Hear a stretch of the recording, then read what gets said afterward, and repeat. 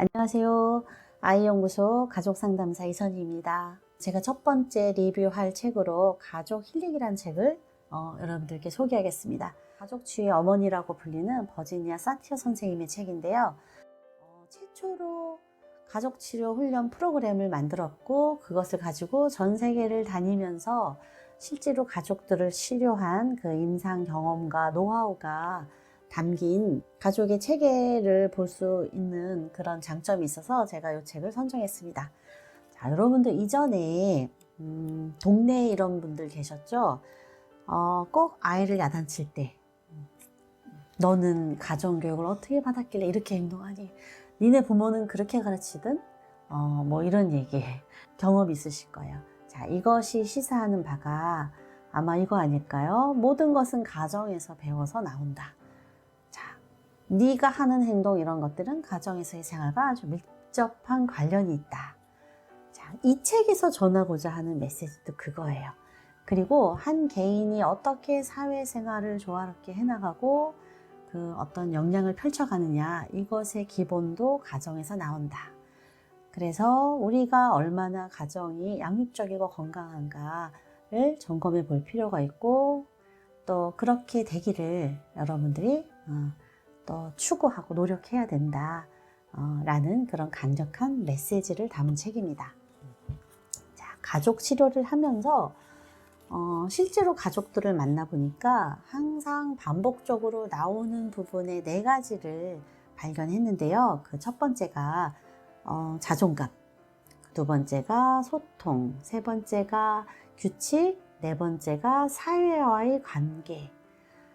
이렇게 4가지를 들어주셨는데 이제 제가 워크숍을 하고 상담을 하고 제 치유 경험으로 봐서도 이 부분 정말 공감해요. 전부 이 부분을 다뤄줘야 가족의 많은 문제가 해결된다고 저는 확신도 합니다. 네, 4가지 영역을 다루기 전에 제가 여러분들에게 질문을 좀 몇 개 드릴게요. 여러분들은 여러분들의 형제, 자매, 부모님, 가족 구성원이 마음에 드시나요? 또 여러분들은 가족에게 힘이 되고 있고 또 가족으로부터 힘을 얻고 그렇게 살고 계신가요? 내 가족과 사는 것이 신나고 행복한가요? 자, 이 질문에 한번 여러분들 마음에서 답해 보시겠어요? 마음에 드시나요? 이런 질문 할 때 자, 여러분들이 어떤 말을 하셨을지 제가 짐작을 해보면 마음에 들어서 사니 가족이니까 살지 라고 하셨을 거예요. 제가 작년에 저희 오빠가 생일일 때 한번 그런 얘기를 했어요. 오빠 생일 축하해. 내 오빠로 태어나줘서 고마워. 뭐 이런 느낌이었어요. 오빠가 내 오빠고 이렇게 자랑스러워. 우리 집 장남으로 사느라 고생했어. 자, 한번 생일을 맞이한 소감을 말해봐. 이렇게 건넨 적이 있는데 저희 오빠 답변이 소감 그런 거 없음. 태어난 김에 그냥 사는 것임. 이렇게 이런 답변이 왔는데 와, 평상시 우리 오빠답다. 그래. 역시 오빠야. 이렇게 제가 이렇게 유머로 넘겼지만 사실 조금 씁쓸했어요. 왜냐, 저는 이왕이 오빠가 되게 행복하고 기뻤으면 좋겠거든요. 예, 보통 이렇게 가족 그러면 제가 드린 질문에 막 밝고 유쾌하게 답하시는 분들이 별로 없으시더라고요. 보통은 태어나니까 산다, 가족이니까 산다, 서로 견디면서 사는 분들도 있더라고요. 서로를 견디고 참으면서 그런 답변들을 볼 때 제가 정말 어떻게 가족으로 만나서 이렇게 산다는 게 어떻게 보면 좀 슬프다. 이왕이면 행복하게 기쁘게 살았으면 좋겠다라는 바람을 좀 가져봤어요. 그래서 이렇게 느끼고 생각한다고 해서 그 가정이 나쁜 가정이라는 것이 아니라 아마도 이렇게 표현하고 축하하고 행복감을 드러내는 이런 것들을 배우지 못했을 거라는 거죠. 그런 게 익숙했다면 자연스럽게 나올 텐데 그런 것에 너무 우리가 익숙하지 않고 배운 적이 없기 때문에 할 줄 모르는 경우가 많거든요. 네. 그래서 이건 조금 표현해보고 살았으면 좋겠다. 저 또한 표현이 그랬어요. 기쁨을 이렇게 누리거나 이렇게 표현할 줄 몰랐었거든요. 그런데 이제 치유를 받고 있고 공부를 하면서 제가 하나씩 이렇게 시도해 보기 시작했죠. 그래서 이제 그런 질문도 오빠에게 할 수 있었는데 정말 오빠의 대답이 좀 특별한 경험이었어요. 네, 자존감에 대해서 나눌게요. 자존감이 높다, 낮다라고 얘기하죠. 아이의 자존감은 부모가 만든다라고 합니다. 그만큼 어린 시절 부모가 아이에게 주는 영향이 얼마나 자존감 형성에 중요한가를 말하는 것인데요. 자존감이 그 내면에서 내가 느끼는 나에 대한 감정과 생각, 그러니까 나를 어떻게 느끼는가. 나를 어떻게 느끼겠어? 부모가 이렇게 바라본 대로 느끼겠죠. 부모가 내가 뭘 할 때 이렇게 귀 기울여주고 같이 이렇게 진지하게 생각해주고 나눠주고 반응해줬다면 아이가 내 감정은 정말 소중하구나, 나는 귀하고 사랑받는다, 이런 그 자존감을 가져가는 반면 혹은 외면했거나 무시했거나 비난했다면 아이가 느끼는 것은 나는 소중하지 않아, 나는 별로 나를 좋아하지 않아 라고 느끼면서 아이의 자존감이 낮아지겠죠. 근데 이때의 믿음, 어린 시절에 자신에 대한 이 믿음이 어쩌면 평생 어른이 돼서도 가져갈 수가 있는 것이 이 자존감이라는 건데요. 이것이 건강한가 라는 것을 보셔야 돼요. 그래서 제가 이 참가자들이 자신을 어떻게 느낄까, 어떻게 생각하고 있을까, 이런 것들을 자꾸 점검을 해보거든요. 그 중에 보통 이렇게 자기 자신을 어떻게 느낄까 비유해서 표현하는 거, 시를 들려주면서 시에서처럼 같이 표현해 보는 거, 자신을. 내가 나를 어떤 존재라고 믿고 있는가, 그 어떤 자존감을 가지고 있는가를 조금 이렇게 느끼게 하기 위해서 제가 몇 가지를 간단한 방법으로 어떤 예시를 줘요. 나는 어떤 상태의 누구다, 이렇게. 예를 들면 나는 누군가 이렇게 조종하는 그 목각 인형이다, 혹은 나는 꺼다 놓은 보릿자루다, 나는 그냥 끊임없이 달리는 시계 초바늘이다, 이렇게. 이제 거기에 담고 있는 각자의 의미가 있거든요. 나는 꺼다 놓은 보릿자루다, 이거는 집안에서 자기의 그 존재감이 그 꺼다 놓은 보릿자루 같다는 뜻이에요. 뭐냐면 꺼다 놓은 보릿자루가 자격이 없는 거야. 나는 자격이 없다, 나는 꺼다 놓은 보릿자루라서 자격이 없어서 내가 뭐 이렇게 요구하지도 못하고 난 그럴 자격이 없어, 그냥 가만히 있어야 돼, 이런 존재로 자기를 느낀 거죠. 저 같은 경우도 항상 들러리, 나는 들러리다. 주인공은 언니 오빠. 그래서 사실 언니 오빠 굉장히 힘든데 그 자리를 내가 너무 갖고 싶었고 너무 그렇게 기대를 받는 언니 오빠들이 부러웠던 그런 내면 아이가 있더라고요. 그래서 항상 지기 싫었고 이기고 싶었고, 그런 마음들이 저를 표현할 때 들러리라고 좀 표현했고요. 또 이렇게 버림받을까봐 두려워하던 그 쓸모없는 아이다, 내가 어떤 역할을 하지 않으면 쓸모없다, 그것은 내가 이렇게 만들어내고 내가 이렇게 생각해낸 이미지나 어떤 언어이기 때문에 본인의 그 자존감과 연결이 있어요. 본인을 어떻게 생각하고 있는가, 이렇게 조금 비유적으로 좀 표현하게 해요. 그래서 이렇게 당신은 너무 진지하고 막 슬프고 통곡도 하고 하지만 여기서 여러분들도 한번 해보세요. 막 생각을 너무 깊게 하지 마시고 나는 뭐뭐뭐뭐다 할 때 그냥 퍼뜩 떠오르는 어떤 지나가는 스쳐가는 단어나 이미지를 얘기하시면 돼요. 나는 뭐뭐뭐뭐다, 나는 혹시 이거 해보신 분들 있으면 댓글로 좀 한번 남겨줘 보시겠어요? 정말 많은 그 본인에 대한 그 느낌, 비유해서 좀 표현하시는데요. 그러면서 본인들이 좀 깜짝깜짝 놀라세요. 근거 있다. 나 이런 느낌 받았다. 내가 이렇게 느낀다. 그래서 자존감이 어떻게 형성되는지 아시겠죠? 이것은요, 부모의 어떤 태도나 반응에 의해서 학습됐다고 했잖아요. 믿었다 그랬잖아요. 나 그런 사람이구나. 나 이런 존재구나 라고 이렇게 학습됐다면 사실은 내가 그게 잘못됐다는 걸 알면 재학습할 수 있거든요. 다시 내 존재를 다시 바라볼 수 있고 다시 나를 돌볼 수 있어요. 그래서 재학습, 재양육이라는 그런 용어들이 있는 그런 걸 뜻하는 의미예요. 그래서 한번 본인이 어떻게 생각하는지, 본인은 어떻게 느끼는지 한번 이렇게 점검해 보시기 바래요. 네, 두 번째, 소통. 자, 우리가 대화를 할 때 내가 가지고 있는 자존감들이 어느 정도 이렇게 소통을 하다 보면 드러나잖아요.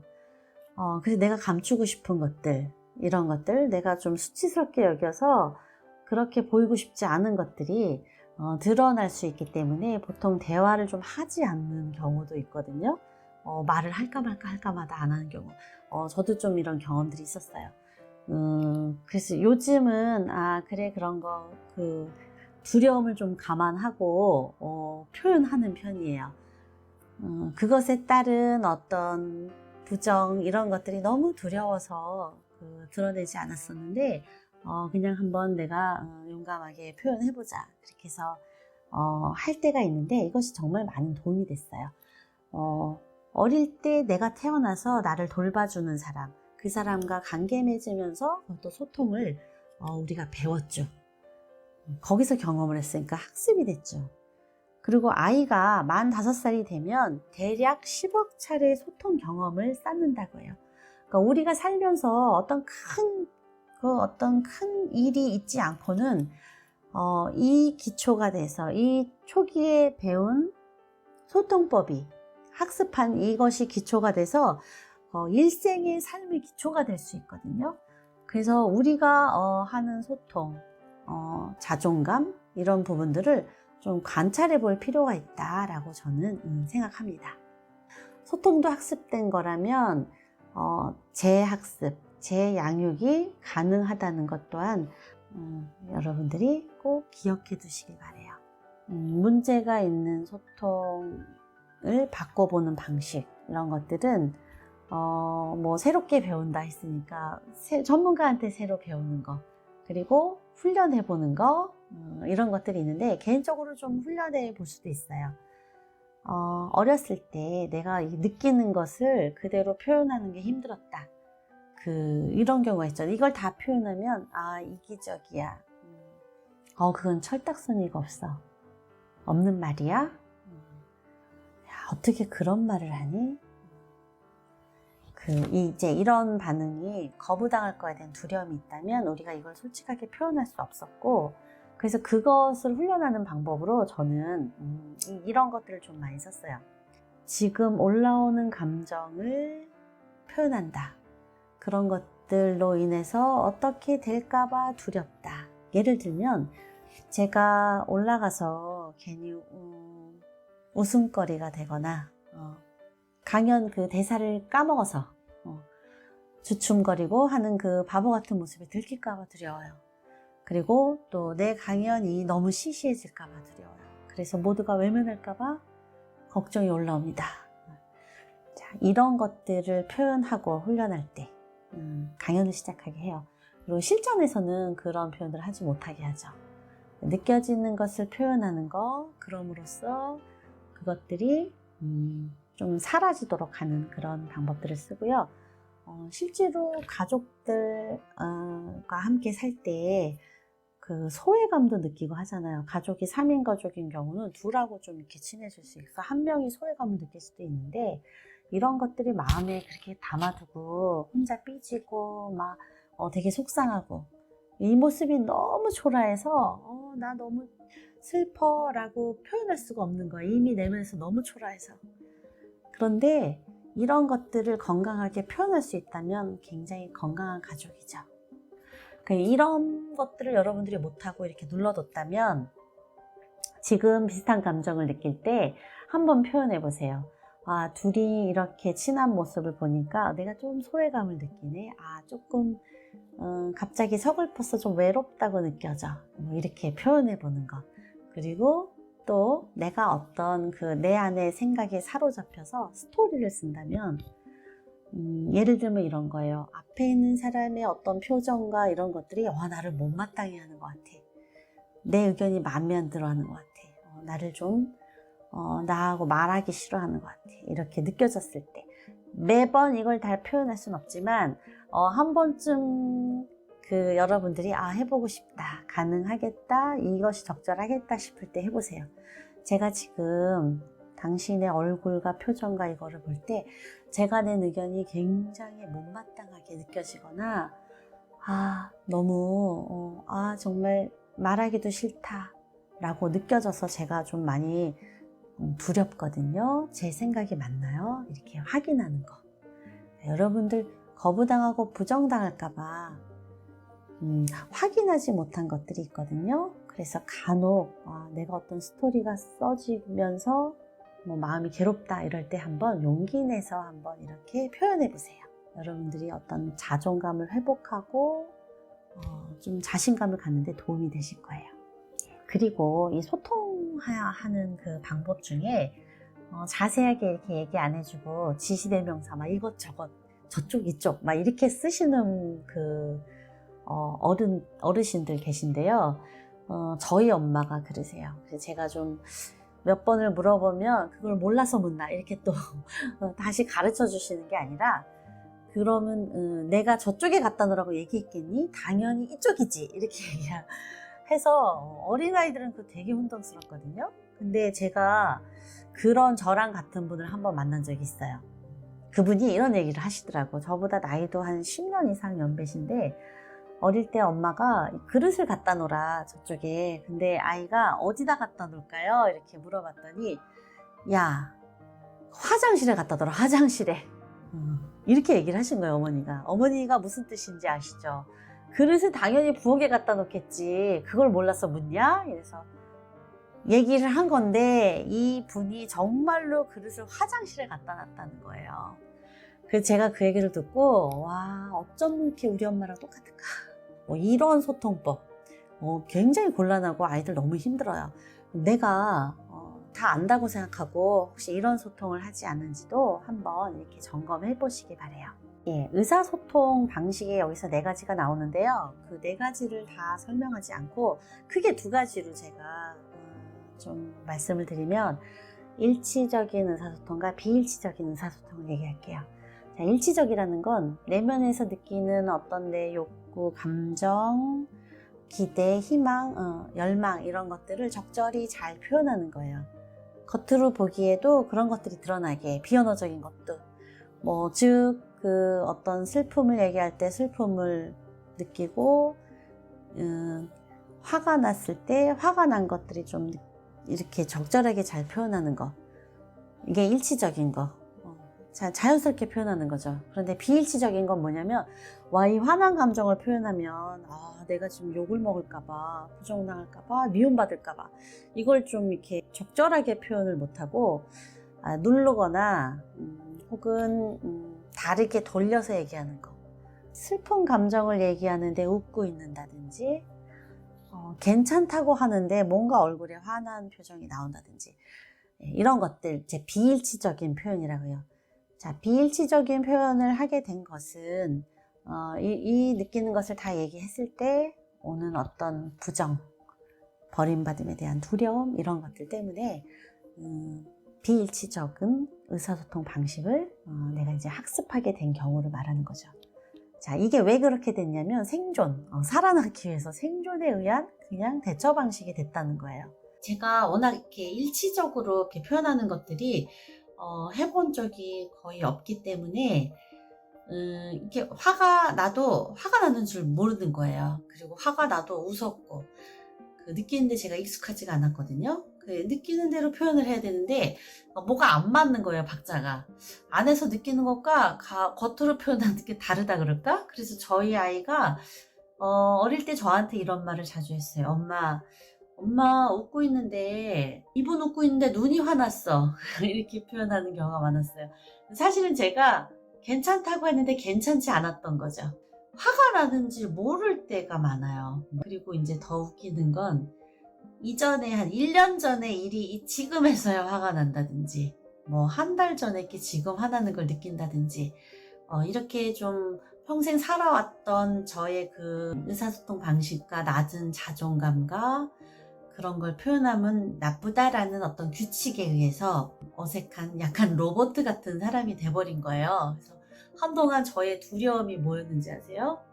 어떤 장례식장에 가면 제가 웃을까봐 두려웠던 거예요. 웃는 얼굴, 화나도 웃고 슬퍼도 웃고 분노에도 웃고 했기 때문에 그것이 정말 그 사람한테 상처를 줄까봐 내가 또 웃고 있지 않을까, 이런 것이 굉장히 두려웠어요. 그런 제 모습을 발견했을 때 정말 너무 놀랬죠.